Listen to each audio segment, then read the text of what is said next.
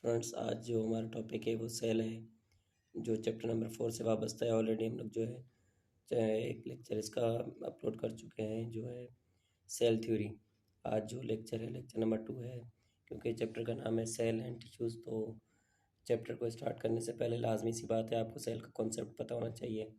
ये कम्प्लीटली जो वीडियो है वो कॉन्सेप्ट से वाबस्ता है कि किस तरीके से सेल को क्यों जो है स्ट्रक्चरल एंड फंक्शनल यूनिट कहा जाता है, और क्या क्या वजूहत हैं और क्या रीज़न है। अगर आपके पास आ जाता है इसी चैप्टर के जो एक्सरसाइज है उसमें ये सवाल भी पूछा जाता है, रीज़न भी पूछा जाता है कि why cell is called basic structural and functional unit of living organism.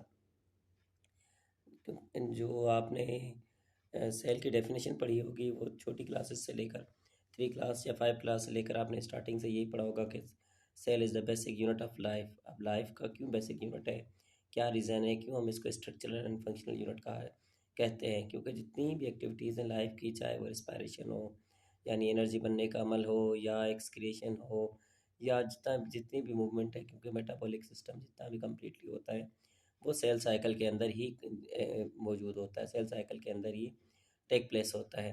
ठीक है, तो इस टॉपिक से वाबस्ता जितनी भी इंफॉर्मेशन है, यानी ये 9th क्लास का जो टॉपिक है हमारे पास इन टेक्स्ट का, उसी में ही ये कंप्लीट इन्फॉर्मेशन आपको दी गई है। आपने जैसे जब ये टॉपिक कवर करेंगे तो आपको कम्प्लीटली इसकी इन्फॉर्मेशन भी पता चल जाएगी और क्या क्या पॉइंट्स है वो भी पता चल जाएगा। अच्छा, एक नंबर 1 तो सेल के हमारे पास basic unit of living organism है। अब लिविंग ऑर्गेनिज्म कौन कौन से हैं? हर वो लिविंग ऑर्गेनिज्म, चाहे माइक्रो ऑर्गेनिज्म हो, प्लांट हो या एनिमल हो, सारे के सारे हमारे पास क्या कहलाते हैं? ऑर्गेनिज्म कहलाते हैं। इन सब का बेसिक यूनिट क्या कहलाएगा? सेल कहलाएगा। क्यों बेसिक यूनिट है? क्योंकि सेल जो बने होते हैं, जैसे मिसाल के तौर पर यूनिसेलुलर के अलावा हम मल्टी सेलुलर की बात करें, मल्टी सेलुलर बने होते हैं और जो है ऑर्गन से, और ऑर्गन्स बनते हैं और टिश्यूज़ से, और टिश्यूज़ मिलकर बनते हैं सेल से। तो इस वजह से सेल हमारे पास क्या है? Basic unit of life. मिसाल के तौर पर हमारे पास ये जो है ऑर्गन है, ऑर्गन से हमारे पास क्या बने? टिश्यू, टिश्यू से हमारे पास क्या बनता है? सेल बनता है। इस तरीके से मुकम्मल हमारे पास जो रेंज है या जो सीरीज़ है, जो क्लासिफिकेशन है वो चलती है। पहले हमारे पास जो सबसे पहले बेसिक यूनिट इसलिए क्योंकि बुनियाद जो हमारी बनती है लिविंग ऑर्गेनिज्म की वो सेल से बनती है। अब सेल के लिए जो बुनियाद बनती है वो साइटोप्लाज्म से बनती है, और फर्दर जो प्रोसेस है कि क्या क्या चीज़ें उसके पास चाहिए सेल को बनने के लिए, सेल को कंप्लीट होने के लिए, फिर फर्दर सेल की कौन कौन सी टाइप्स हैं। ठीक है, तो सेल की बेसिकली दो टाइप्स होती हैं। एक हमारे पास प्रोकैरियोट्स और दूसरा हमारे पास क्या कहलाता है? यूकैरियोट्स कहलाते हैं। प्रोकैरियोट्स हमारे पास क्या होते हैं? प्रोकैरियोट्स हमारे पास ऐसे लिविंग ऑर्गेनिज्म होते हैं जिनके सेल के अंदर न्यूक्लियस नहीं पाया जाता। मिसाल के तौर पर ये हमारे पास प्रोकैरियोट्स है, लेकिन इसका जो न्यूक्लियस है वो क्या है? मौजूद नहीं है। ठीक है, यानी जो न्यूक्लियस की जो न्यूक्लियर दीवार है वो मौजूद नहीं होती, लेकिन हमारे पास जो हेरिडिटी मटेरियल है वो मौजूद होता है। जबकि प्रोकैरियोट्स हमारे पास, ये मिसाल के तौर पर मैंने प्रोकैरियोट्स क्रिएट किया है। प्रोकैरियोट्स में क्या होगा कि आपके पास न्यूक्लियस भी होगा, और न्यूक्लियस की जो वॉल है, न्यूक्लियर मेम्ब्रेन जिसे कहा जाता है, वो भी मौजूद होगी। अच्छा, बेसिकली प्रोकैरियोटिक या यूकैरियोटिक है क्या चीज़? का मतलब होता है बिफोर, और कैरियोटिक का मतलब होता है न्यूक्लियस। यानी ये इनिशियल स्टेजेस हैं जिसमें न्यूक्लियस अभी जो है प्रिपेयर नहीं है, कम्प्लीटली नहीं बना हुआ। और यू का मतलब होता है ट्रू, और कैरियोटिक का मतलब होता है न्यूक्लियस। यानी ऐसा सेल जिसके अंदर क्या हो? कंप्लीट न्यूक्लियस पाया जाए। ठीक है, इन्होंने डेफिनेशन भी दी हुई है, यही देख लिया आपके पास, ये लिखा हुआ है कि cell eukaryotic cell have proper nucleus and membrane bounded organelles. यानी मेम्ब्रेन बॉन्डेड ऑर्गेनेलीज कौन से होते हैं हमारे पास? जिनकी में अपनी मेम्ब्रेन होती है, जैसे माइटोकॉन्ड्रिया हमारे पास, और उसके अलावा हमारे पास जो न्यूक्लियस है वो है राइबोसोम से, एंडोप्लाज्मिक रेटिकुलम है। ये सारी की सारी क्या कहलाती है हमारे लिए? मेम्ब्रेन बाउंडेड ऑर्गेनेलीज कहलाती हैं। तो यूकैरियोटिक में क्या होता है? प्रॉपर न्यूक्लियस होता है और मेम्ब्रेन बाउंडेड ऑर्गेनेलीज पाई जाती हैं। ठीक है, प्लांट सेल और एनिमल सेल ये दोनों ही क्या है हमारे पास? यूकैरियोटिक सेल है। ये दोनों हमारे पास क्या है? कंप्लीटली यूकैरियोटिक सेल है। अब यूकैरियोटिक सेल तो है ये, ठीक है, ये हमारे पास क्या है? यूकैरियोटिक सेल है। अब यूकैरियोटिक सेल में जाहिर सी बात है न्यूक्लियस क्या होगा? वो प्रॉपर तरीके से पाया जाएगा, लेकिन थोड़ी सी चेंजिंग है प्लांट सेल में और एनिमल सेल में। फर्दर हम इसी चैप्टर के अंदर ये भी पढ़ेंगे कि किस तरीके से क्या क्या डिफरेंस हैं, क्योंकि आपके पास शॉर्ट क्वेश्चन आता है डिफ्रेंशिएट बिटवीन या distinguish between plant cell and animal cell, तो उसमें आपको कोई भी 4 पॉइंट्स लिखने होते हैं। तो बेसिक जो प्लांट सेल में और एनिमल सेल में डिफरेंस है वो क्या होता है, वो सेल वॉल का होता है, क्योंकि एनिमल सेल के बाहर सेल वॉल नहीं होती, जबकि प्लांट सेल के बाहर सेल वॉल होती है। और ये भी याद रखना, जो सेल वॉल है वो नॉन लिविंग पार्ट है, ठीक है। उसके अलावा हमारे पास जो सेकंड पॉइंट आता है सेल वॉल और एनिमल सेल में डिफरेंस, वो क्या होता है, जो प्लांट सेल हैं वो क्लोरोफिल कैरी करते हैं, जबकि एनिमल सेल के अंदर क्लोरोफिल नहीं पाया जाता। उसके अलावा हमारे पास प्लांट और एनिमल सेल में थोड़ा सा जो ये कहें कि स्ट्रक्चर के लिहाज से थोड़ा सा डिफरेंस होता है, या शेप के लिहाज से डिफरेंस होता है।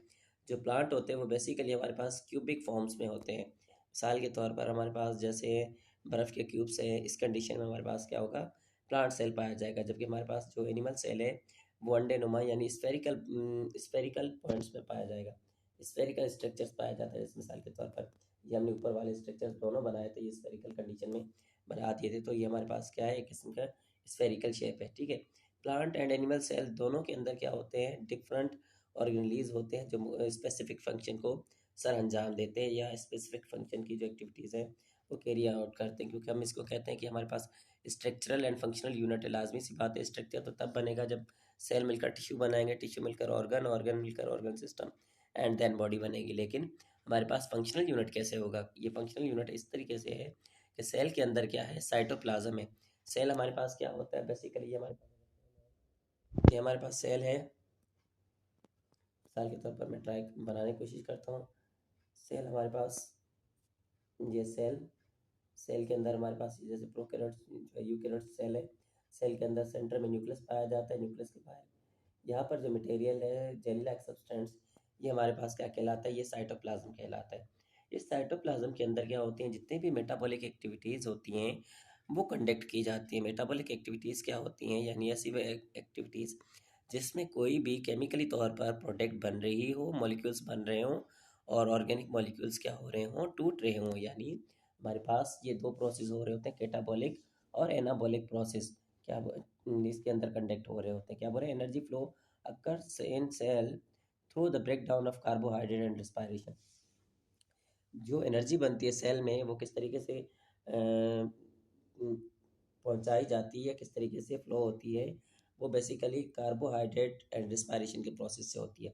अब कार्बोहाइड्रेट एंड रिस्पायरेशन क्या प्रोसेस है, किस तरीके से, जैसे रिस्पायरेशन और ब्रीथिंग में थोड़ा सा डिफरेंस है। ब्रीथिंग और रिस्पायरेशन में अक्सर बच्चे कंफ्यूज हो जाते हैं। ब्रीथिंग अलग चीज़ है और रिस्पायरेशन अलग चीज़ है। रिस्पायरेशन क्या है, ब्रेक डाउन ऑफ फूड है इनटू द सेल, सेल के अंदर ब्रेक डाउन करके और उसमें से एनर्जी को बहाल किया जाए, उसमें से एनर्जी को प्रोड्यूस किया जाए, इस प्रोसेस को हम क्या कहते हैं, रिस्पायरेशन। और रिस्पायरेशन बेसिकली सेल के अंदर ही कंडक्ट होता है, जबकि ब्रीथिंग क्या होता है, हमारे लिए फिजिकल प्रोसेस है जिसके अंदर हमारे क्या होते हैं, रिस्पायरेटरी ऑर्गन्स इन्वॉल्व होते हैं, ठीक है। तो जो हमारे पास रिस्पायरेशन होता है वो बेसिकली सेल की एक ऑर्गेनलीज होती है, जैसे मैंने यहाँ बनाने की कोशिश की है। ये हमारे पास माइटोकॉन्ड्रिया है जो सेल के अंदर एक एनर्जी हाउस कहलाती है, या पावर ऑफ एनर्जी कहलाता है माइटोकॉन्ड्रिया। माइटोकॉन्ड्रिया के अंदर मैंने ये रिस्पायरेशन लिखने की कोशिश की है कि रिस्पायरेशन जो प्रोसेस है वो कंडक्ट होता है।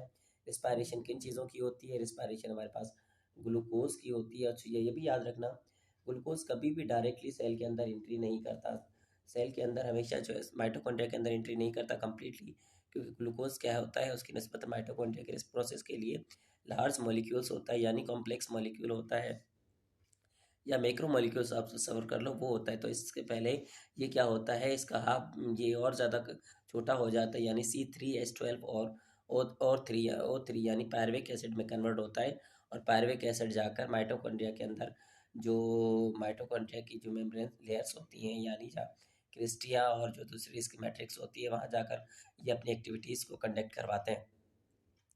अब एक्टिविटीज़ में कंडक्ट करवाने के लिए क्या होगा, ग्लूकोज चाहिए, ग्लूकोज चाहिए। ग्लूकोज को ब्रेक डाउन करने के लिए क्या चाहिए, हमें ऑक्सीजन चाहिए, क्योंकि ऑक्सीजन ऑलरेडी आपको पता है कि बर्निंग प्रोसेस है, या बर्निंग गैस है, वो क्या करवाती है, किसी भी चीज़ को बर्न करवा देती है।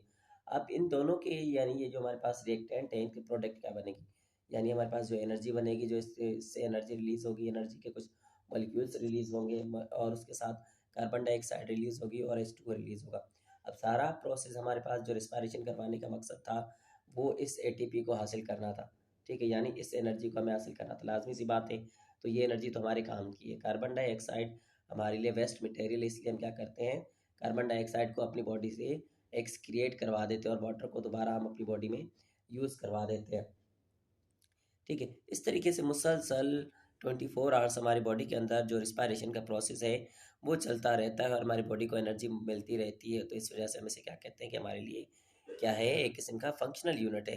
अच्छा, उसके अलावा कुछ इंफॉर्मेशन है कि सेल हमारे लिए, सेल का और क्या काम होता है। सेल हमारे लिए हेरिडिटी जो इन्फॉर्मेशन होती है उसको कैरी आउट करता है, यानी जो नेसेसरी इन्फॉर्मेशन होती है, हेरिडिटी इन्फॉर्मेशन क्या होती है, बेसिकली ऐसी इन्फॉर्मेशन जो बच्चों के अंदर पेरेंट्स की तरफ से आती है, वो इन्फॉर्मेशन क्या कहलाती है, हमारे लिए हेरिडिटी इन्फॉर्मेशन कहलाती है। मिसाल के तौर पर अब हमने जो है ऊपर पढ़ा था, देखा था कि जो सेल होते हैं वो प्रोकैरियोटिक या यूकैरियोटिक होते हैं, यानी दो तरह के सेल हैं हमारे पास। ये जो आपको ये जो लाइन नुमा स्ट्रक्चर यानी लाइन, छोटी छोटी लाइन्स नज़र आ रही हैं और इस सर्कल के अंदर नज़र आ रही हैं, बेसिकली ये क्या होते हैं, हमारे लिए क्रोमोसोम्स होते हैं।